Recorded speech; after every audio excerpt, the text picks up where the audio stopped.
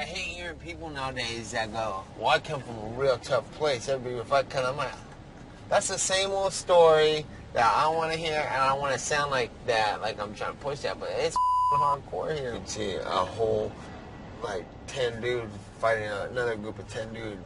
Well, everybody jumping in, everybody fighting, and then hearing that they went home and somebody got shot after school, and I'm like, that's crazy.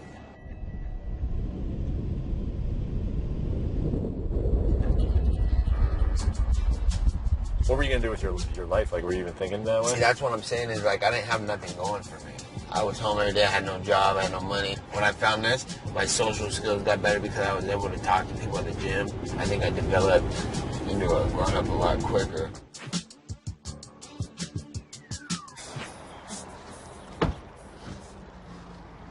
Not surprised. So how did you find out about it? They were tagging me on Instagram and stuff, and I thought it was just like people standing next to a wall, and then a Photoshop, you know. We drove down here, and there were people out here taking pictures of it, and when we parked, there were people driving by taking pictures. It was crazy. You gotta know the truth, because the truth will set you free. Do you feel like the relief that this fighting, like you're putting something into it, and you're finally getting something out of it? I didn't even think about money until 5 years ago. And I realized that I was like, damn, I've been fighting for 8 years. I don't have much to show for it, except for a bunch of scars on my face. When you realized that, though, that I need to be getting paid more, were you able to come up with like a plan, like this is how I'm going to do it?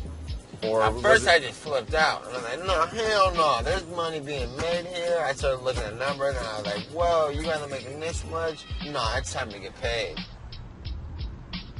I've been more real than a lot of fighters. They're sitting there in shock, like we're not fighting or something. Like, no, we are fighting.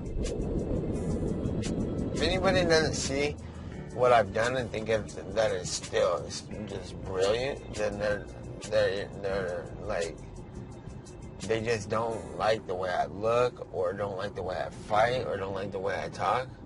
Yeah. But guess what? That's what sells. What do you do? I remember I was at the dealership, and I was like, yo, what up? I'm trying to get a Cadillac. And it was like a Chevy dealership. I didn't even know how dealerships worked. I was like, I want a Cadillac. And I, well, how much are you looking to spend? And I was like, probably like $9,000. And he's like, okay, here, come over here. And he brought me in the direction of this little Honda Civic. I was like, what? That's not what I'm looking for. And he's like, no, we'll tint the windows, we'll put a system in it, we'll put rims. He brought it back, though, all tinted up with the system and everything. And I was like, I had a DVD player when DVD players were new. Yeah. The DVD player right here, I was juiced. I was like, yeah, my shit is tight, you know.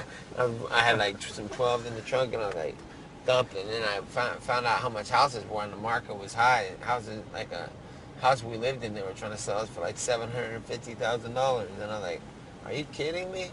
I got like $15,000 for that fight, after the Ultimate Fighter, and I thought I was like completely rich and gonna buy all kinds of things, but I didn't have no concept of what stuff costed. My friend Bart, I grew up with him, and this guy would knock out people every weekend, everywhere. One day we were all boxing in the front yard. We had boxing gloves at my house. My brother would always, anybody would come over and put on the gloves. So he came over one day, and everybody's boxing, and then I was like, yeah, I'll box, and I boxed somebody, and they're like, go with Bart. And I was like, in my head, I was like, oh, I want to, this boy hates everybody, whoops everybody. I'm 15, 14 years old, right? I start sparring him, and I'm like boxing with him, he's coming at me straight, and he's throwing punches, and Nick's coaching me, he's like, hey, step to the right, throw your hook. I was doing it over and over and over, and I'm hitting him in his head, and he's come forward.